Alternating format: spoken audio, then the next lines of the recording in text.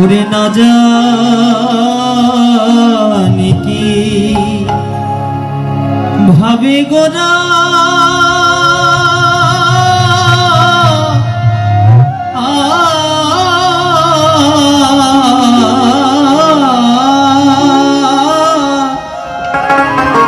গৌরী দাসে ধরি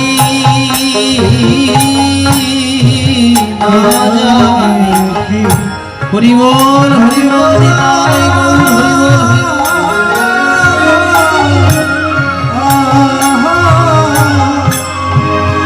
গৌরী দাসে আহায় অবশ হইল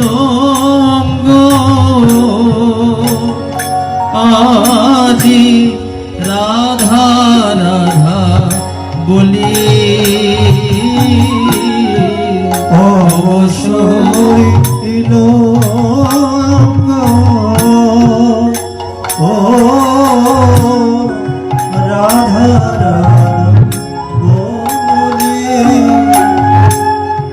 আজ নদিয়া বিহারী শচীনন্দন গৌর হরি আমার মধুময় শ্রীধাম নবদ্বীপে উদয় হয়ে নিত্য নব নব লীলা করছে। শুধু লীলা করছেন তা তো নয়, আপামর কলিহত জীবের কাছে সেই মধুময় শ্রীধাম বৃন্দাবনের লীলা প্রকাশ করছে। আপনি আচরি প্রভু জগতে শিখা আর আপনি না জানিলে ধর্ম শিখানো না যায়। আগে নিজে আচরণ করছেন, তারপর জগৎকে শিক্ষা দিচ্ছেন। সেই বৃন্দাবনের গোপন লীলা কলিহত জীবের ভাগ্যাকাশে উদয় হয়ে ঘরে ঘরে বিতরণ করছে। কেন বৃন্দাবনের গোপন লীলা আমার মহাপ্রভু প্রকাশ করছেন? কেন?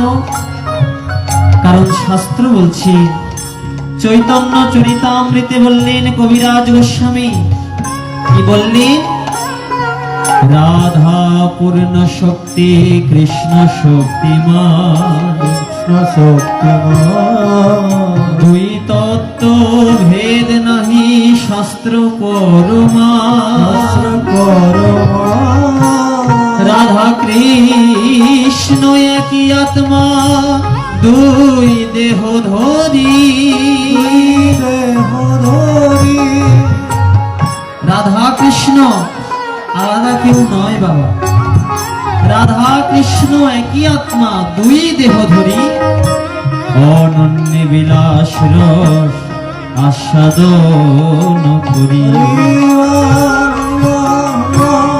সেই দুই দেহ মিলিয়ে হইল এক ঠাই, নদীয়াতে অবতীর্ণ হইল শ্রী চৈতন্য গোস্বামী। তাই সর্বলীলার অগ্রে আমার সীতানাথের আনানিধি নিতাই গৌরকে পাথেয় করতে হয়। গৌর কথা ছাড়া, গৌর গুণগান ছাড়া কোন লীলা কথাই আমরা আস্বাদন করতে পারি। কেন? পদাবলিতে বলছেন বাসুদেব ঘোষ, যদি গৌর না হইত তবে কি হইত? কেমনে ধরিতাম দে রাধার মহিমা প্রেম রস সীমা, জগতে জানা তো কি। পৃথিবীতে মহাপ্রভু যদি না আসতেন, আমরা এমন নাম সংকীর্তনও পেতাম না, আর এমন লীলা কীর্তনও পেতাম না। এই যে দোল যাত্রা, ঝুলন যাত্রা, রাসলীলা, গোবর্ধন ধারণ লীলা, এইসব লীলাগুলো আমরা জেনেছি কার মাধ্যমে? একমাত্র শচীনন্দন গৌর হরির মাধ্যমে। তিনি যদি না আসতেন, তিনি যদি হরিনামের আন্দোলন না করতেন, এমন ভাবে খোল করতাল নিয়ে হরিনাম সংকীর্তন কোনদিন হতো। তাই জন্মে জন্মে আমরা সকলে তার কাছে ঋণী। তাই সর্বলীলার অগ্রে গৌর হরিকে স্মরণ পূর্বক গৌর চন্দ্রিকা বা গৌরচন্দ্র আস্বাদন করা হয়। একটা একটা হচ্ছে গৌরচন্দ্রিকা, আরেকটা হচ্ছে গৌরচন্দ্র। কোনটা গৌরচন্দ্রিকা আর কোনটা গৌরচন্দ্র হবে? পদকারগণ সিদ্ধান্ত দিলেন, যখন আমার মহাপ্রভু ভগবান শ্রীকৃষ্ণের ভাবে বিভাবিত হন তাকে বলে তদ অনুচিত পদাবলীকে বলা হয় গৌরচন্দ্র। আর যখন আমার মহাপ্রভু শ্রীমতী রাধারানীর ভাবে বিভাবিত হয়ে লীলা প্রকাশ করে তদ অনুচিত যে পদাবলী তাকে বলা হয় গৌরচন্দ্রিকা। অদ্য মহাপ্রভু ভগবান শ্রীকৃষ্ণের ভাবে বিভাবিত হলেন, তাই আমরা আস্বাদন করছি গৌরচন্দ্র। তিনি তো অন্তর কৃষ্ণ বহির রাধা, তাই মহাপ্রভু আজ ভগবান কৃষ্ণের ভাব অঙ্গীকার করি প্রিয় প্রিয় পার্ষদ যারা ছিলেন, শ্রী নিত্যানন্দ, গদাধর, অদ্বৈত আচার্য, শ্রীবাস পণ্ডিত, মুরারি গুপ্ত প্রমুখ ভক্তদেরকে সঙ্গে নিয়ে প্রভু আমার করছেন কি? খেলা যে খেলেছে, খেলা যে খেলেছে, আজি খেলা যে খেলেছে, খেলা যে খেলেছে, ভক্তগণ সঙ্গে লয়ে খেলা যে খেলেছে, ভক্তবৃন্দ সঙ্গে লয়ে খেলা যে খেলেছে, মধুময় শ্রীধাম নবদ্বীপে খেলা যে খেলেছে, মধুময় শ্রীবৃন্দ লয়ে খেলা যে খেলেছে, আজি খেলা যে খেলেছে, খেলা যে খেলেছে, সেই বৃন্দাবনের বিপিন খেলা খেলা যে খেলেছে। খেলা খেলা যে খেলেছে। সুধী মণ্ডলী, আমার মহাপ্রভু ছিলেন নিমাই পণ্ডিত। সমস্ত পৃথিবীতে যাকে তর্কযুদ্ধে কেউ হারাতে পারেননি তিনি নবদ্বীপের নিমাই পণ্ডিত এক নামে পরিচিত। ভক্তমণ্ডলী, এই জগতের বুকে যারা জ্ঞানী গুণী পণ্ডিত তারা কি কোনোদিন খেলা করে? খেলা করা তো বালকের কাজ, শিশুর কাজ। ছোট ছোট ছেলে মেয়েরা একে অপরের সঙ্গে খেলা করে, কিন্তু জ্ঞানী গুণী পণ্ডিত যারা তারা কি কোনোদিন খেলা করে? তাদের তো খেলা করবার প্রয়োজন না। এমনকি দেখেছেন কোনোদিন কোনো পণ্ডিত ব্যক্তি গিয়ে ছোটদের সঙ্গে খেলা করছে? তাহলে আজকে আমার মহাপ্রভু খেলা করছেন কেন? সুধী মণ্ডলী, মনে করুন ছোট একটা বাচ্চা অসুখ হয়েছে, জ্বর হয়েছে, খেতে চায় না, তখন মায়ের কোলে কান্নাকাটি করছে, কিন্তু তাকে তো খাওয়াতে হবে, ওষুধও খাওয়াতে হবে। তখন মা কি করে? ওই শিশুর সঙ্গে মা খেলা করে। মা কি খেলা করবার প্রয়োজন আছে? মায়ের তো খেলা করার প্রয়োজন নাই, তিনি তো পণ্ডিত। তবুও তিনি শিশুর সঙ্গে খেলাধুলা করে কেন? ওই খেলা খেলবার ছলনায় কখন যে তাকে ওষুধটি খাওয়াইয়ে দেয় সন্তান নিজেও বুঝতে পারে। এটা মায়ের ধর্ম নয়, এটাই তো মায়ের ধর্ম। সন্তানের যখন অসুখ হয় তারা কি ওষুধ খেতে চায়, খাওয়া দাওয়া করতে চায়? তখন মায়েরা কি করে? তাদের সঙ্গে খেলা করে। খেলা করলে কি হয়? সন্তান ভুলে যায়, বুঝতে পারে না, আর খেলতে খেলতে খেলার ছলে মা ওষুধটি শিশুকে খাওয়ায়। তদ্রূপ আমার মহাপ্রভু পণ্ডিত, তার তো খেলা করবার প্রয়োজন নাই, তবু তিনি জগবাসী জীবের কাছে এসে খেলা করছে। সেই বৃন্দাবনে নন্দ যশোদার আনন্দ দুলাল ভগবান যেমন খেলা করতেন সেই খেলা নিয়ে এসেছেন আমাদের কলিযুগে। কেমন খেলা খেলছেন আমার মহাপ্রভু? যে খেলায় জগজীব উদ্ধার হতে পারে। প্রভু খেলে হরি নামের খেলা, খেলে হরি নামের খেলা, প্রভু খেলে হরি নামের খেলা, প্রভু খেলে হরি নামের খেলা, যে খেলায় দূরে যায় ভব জ্বালা, খেলে হরি নামের খেলা দূরে যা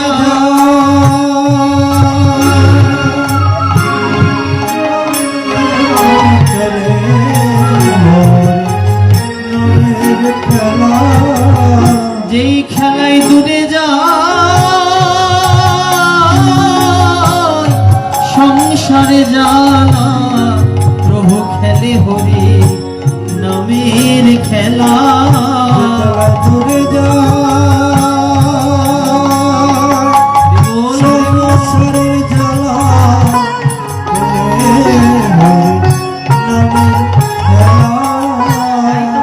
হরি নামের দশা দেখে মহাপ্রভু অন্তর কৃষ্ণ বহিরে রাধা হয়ে আবির্ভূত হলেন নবদ্বীপে। আর আপামর কলিহত জীবের ঘরে ঘরে যেই প্রেম নিজে আস্বাদন করবার জন্য এসেছে সেই একই প্রেম ঘরে ঘরে বিতরণ করে দিন। হরি নাম দিলে ওই হরি নামের অক্ষরগুলোর মধ্যে প্রেম রূপ পুর ঢুকিয়ে দিল। শীতকালে যেমন আমরা পিঠা পুলি করি, তার মধ্যে একটা পিঠার নাম হচ্ছে পুলি পিঠা। আপনারা করেন না মা? করেন কিনা? পুলি পিঠা করেন? করেন।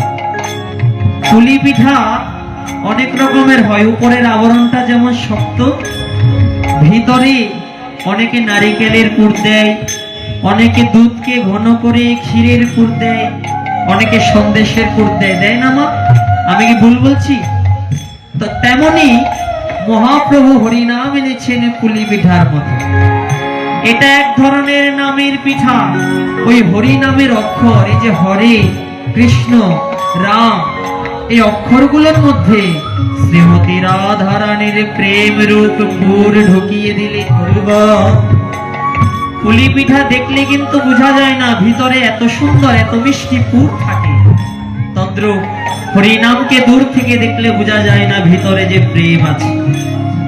যদি কেউ লক্ষ লক্ষ বার জপ করতে থাকে, ওই হরিনাম যখন জপ করে সঙ্গে সঙ্গে যে জন জপ করে তার প্রেমানন্দে উদয় হবে। প্রেমানন্দ হরি বল হরি বল, প্রেমানন্দে উদয় হবে, উদয় হবে। আহা জপিতে জপিতে নাম প্রেমানন্দে উদয় হবে। জপিতে জপিতে নাম প্রেমানন্দে উদয় হবে। ওই যে নামের মধ্যে প্রেম পুর আছে, বোঝা যাবে কখন? যখন আস্বাদন করা হবে তখন। তাই যারা লক্ষ লক্ষ বার হরি নাম জপ করে তাদের প্রেমানন্দে উদয় হবে। প্রেমানন্দে উদয় হবে। আহা জপিতে জপিতে নাম প্রেমানন্দে উদয় হবে। জপিতে জপিতে নাম প্রেমানন্দে উদয় হবে। তাই জপিতে জপিতে নাম প্রেমাঙ্কুর হবে, সাধ্য সাধন বস্তু তখনই পাইবে। তাই হরি নামের মধ্যে প্রেমে পুর নিয়ে আমার সচিনন্দন গৌর হরি উদয় হলেন। আজকে বৃন্দাবনের নবলীলা প্রকাশ করছেন কলিহত জীবের মাধ্যমে। কেমন ভাবে প্রকাশ করছেন? পারিষদ বর্গ সঙ্গিনী যখন মহাপ্রভু আমার হরি নামের খেলা খেলছেন, খেলে হরি নামের খেলা, খেলে নামের খেলা। যে খেলায় দূরে যায় ভব জ্বালা, খেলে হরি নামের খেলা। খেলা দূরে যায় ভব জ্বালা,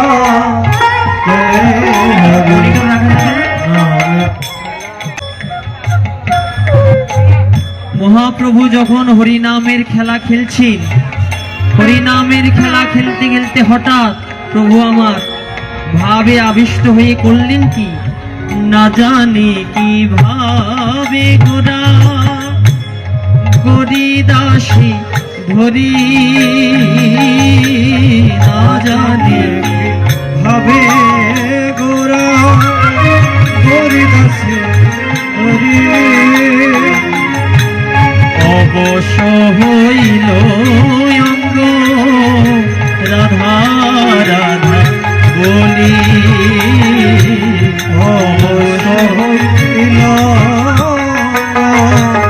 রাধা বলে মহাপ্রভুর পার্শ্বদগণের মধ্যে একজনের নাম হচ্ছে গৌরীদাস।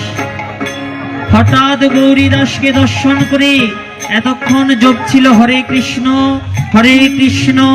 কৃষ্ণ কৃষ্ণ হরে হরে, হরে রাম রাম রাম হরে হরে।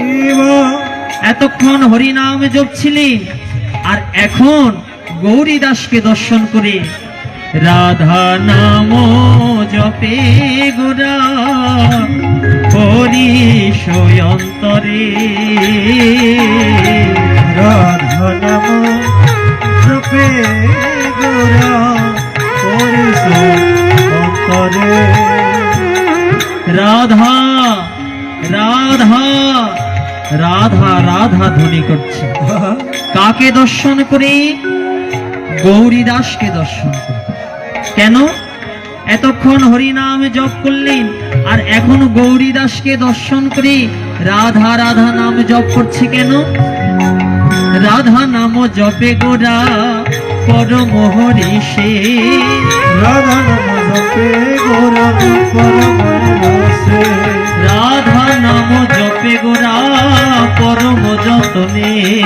রাধা নাম জপে গোরা পরম যতনে। কত সুরধ্বনি ধারা বহে যুগল নয়নে। সুরধুল ধারা বহে যুগল নয়নে। এই যে গৌরীদাস, ইনি ছিলেন পূর্বলীলায় দাপর যুগে সুবল সখা, যার বদনের সঙ্গে আমার রাধারানীর বদন অনেকটা সাদৃশ্য আছে। কেন? সুবল সখা কে? সুবল, সু মানে ভালো, বল মানে কথা। যার কথা সুন্দর, যার ভাষা সুন্দর, তাকেই বলা হয় সুবল। বর্ষানয় রাজা বৃষভানু, তারা ছিলেন তিন ভাই, বৃষভানু, চন্দ্রভানু, শুভানু। বৃষভানুর কন্যা হলেন রাধারানী, চন্দ্রভানুর কন্যা হলেন চন্দ্রাবলী, আর শুভানুর একমাত্র পুত্র সুবল। তাই রাধারানী আর সুবল হলো জ্যাঠাতো আর কাকাতো ভাই বোন।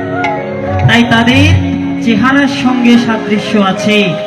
তাই তো ভগবান গোষ্ঠ লীলায় গেলে সুবল সখার বদনের দিকে তাকালে আমার রাধারানীর বদনের কথা মনে পড়ে যায়। তাই আজকে আমার মহাপ্রভু কৃষ্ণের ভাবে আবিষ্ট হয়ে যেই গৌরীদাসকে ধরলেন, এই গৌরীদাস ছিলেন পূর্বলীলার সুবল সখা। গৌরীদাসকে দর্শন করে হঠাৎ রাধা নাম জপে গোরা পরম যতনে। রাধা নাম জপে গোরা পরম যতনে। কত সুরধ্বনি ধারা বহে যুগল নয়নে।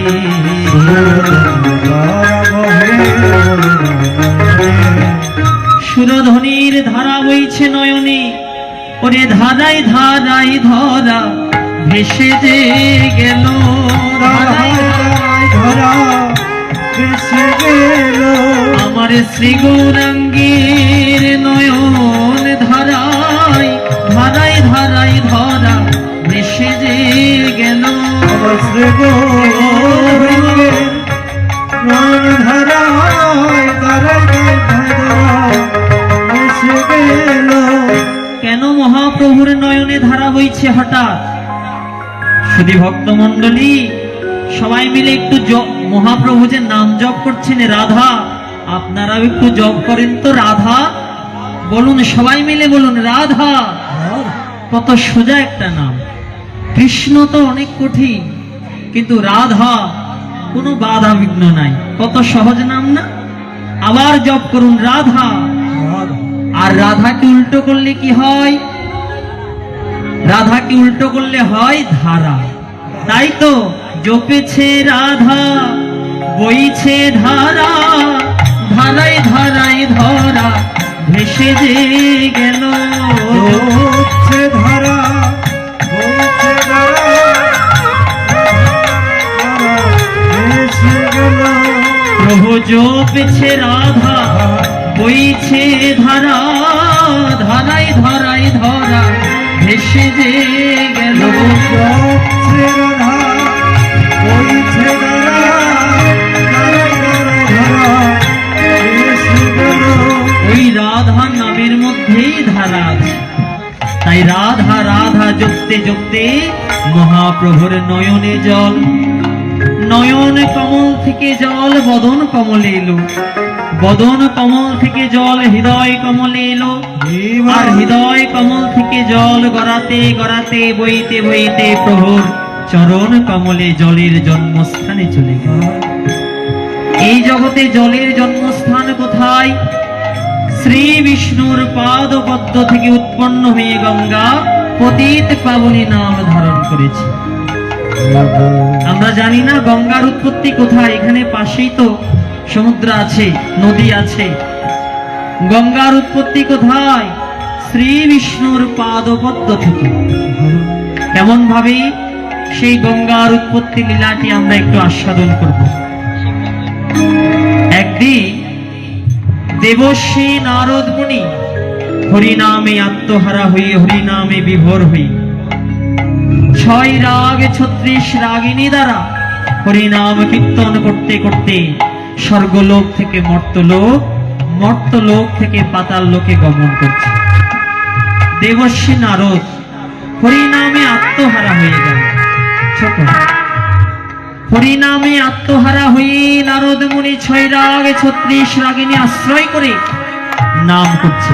আগামীকালকে আপনাদের হরিনাম হবে না? রাগ আশ্রয় করে শিল্পীরা এসে, কীর্তনিয়াগণ এসে কীর্তন করবে সুরে রাগে। যেই সময়ের যে রাগ, সেই সময়ে সেই রাগ করতে হয়। যারা শাস্ত্রীয় সঙ্গীত অধ্যয়ন করে, এই রাগ রাগিনীর কিন্তু বিশেষ গুরুত্ব আছে বাবা। রাগ রাগিনী যদি কেউ ভুল গায়, যদি কেউ ভুল ভাবে আলাপ বিস্তার করে, ওই রাগ রাগিনীর কাছ থেকে কিন্তু অভিশাপ আসে যে গাইবে তার উপর। এটা কিন্তু সত্যি। আমি যেমন ইচ্ছা তেমন গাইতে পারবো না।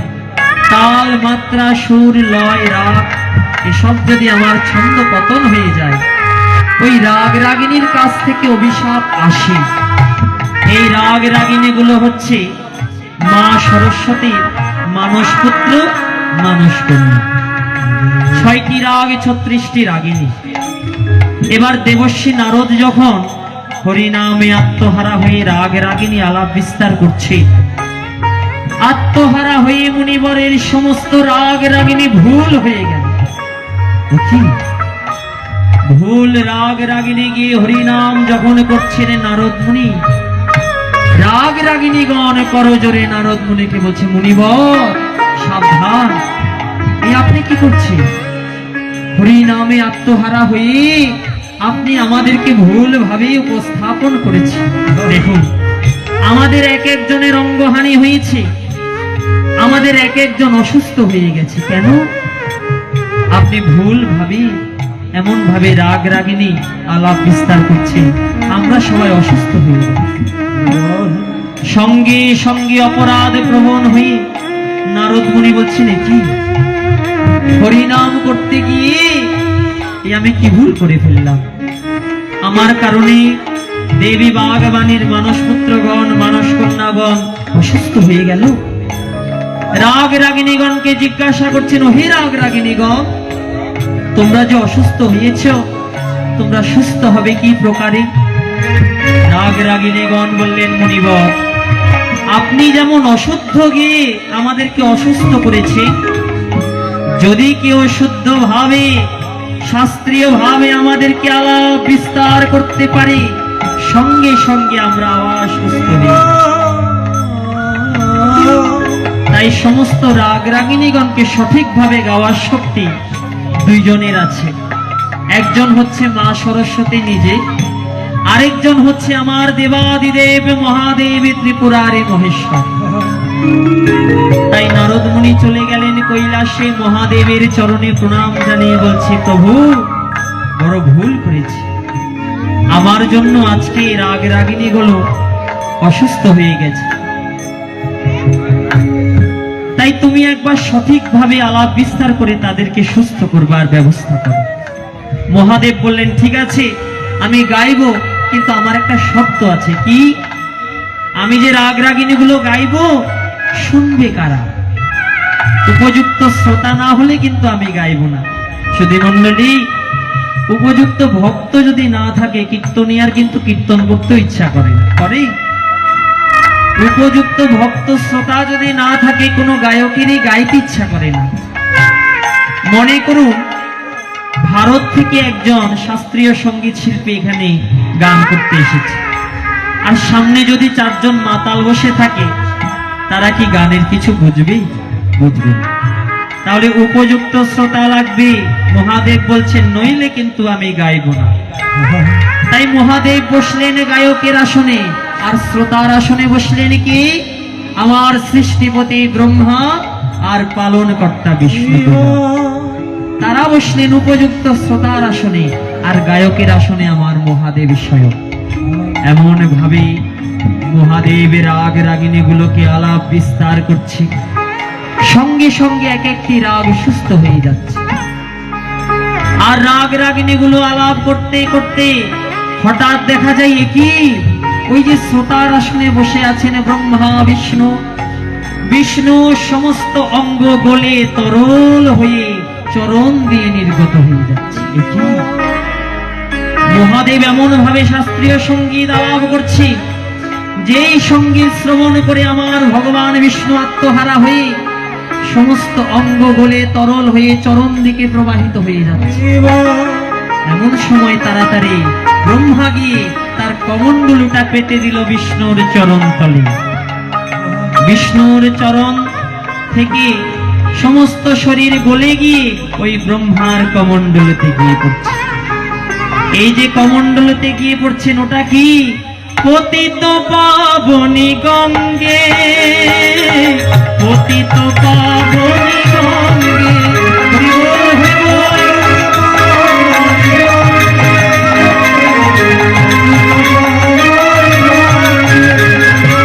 পতিত পাবনী গঙ্গে, পতিত পাবনী গঙ্গে।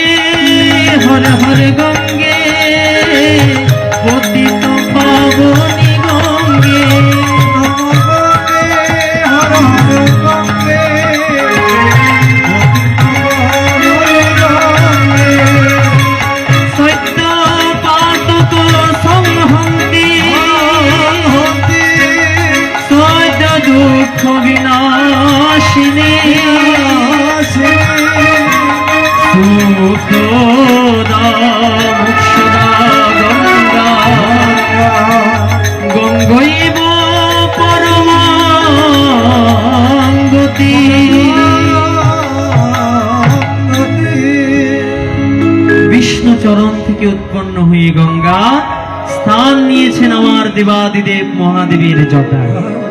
পরবর্তীতে রাজা ভগীরথের সাধনায় সন্তুষ্ট হয়ে ভাগীরথী রূপ ধারণ করে পৃথিবীতে অবতীর্ণ হলেন।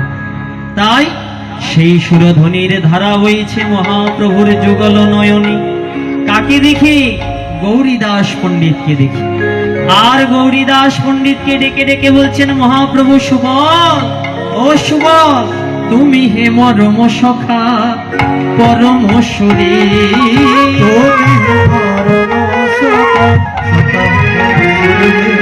তুমি হে মরম সখা পরম সুরে, তুমি পরম সখা পরম সুরে, ওরে আমার মনের কথা তোমাকে দিবে, আমার মনের কথা তোমাকে দিবে।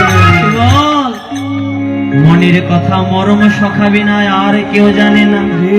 রাধা রাধা বললি প্রেমে হইল বিকল, রাধা রাধা হলি প্রেমে হইল বিকল। এবারে রাধা রে আনিয়া আমার দেখা রে শুভ,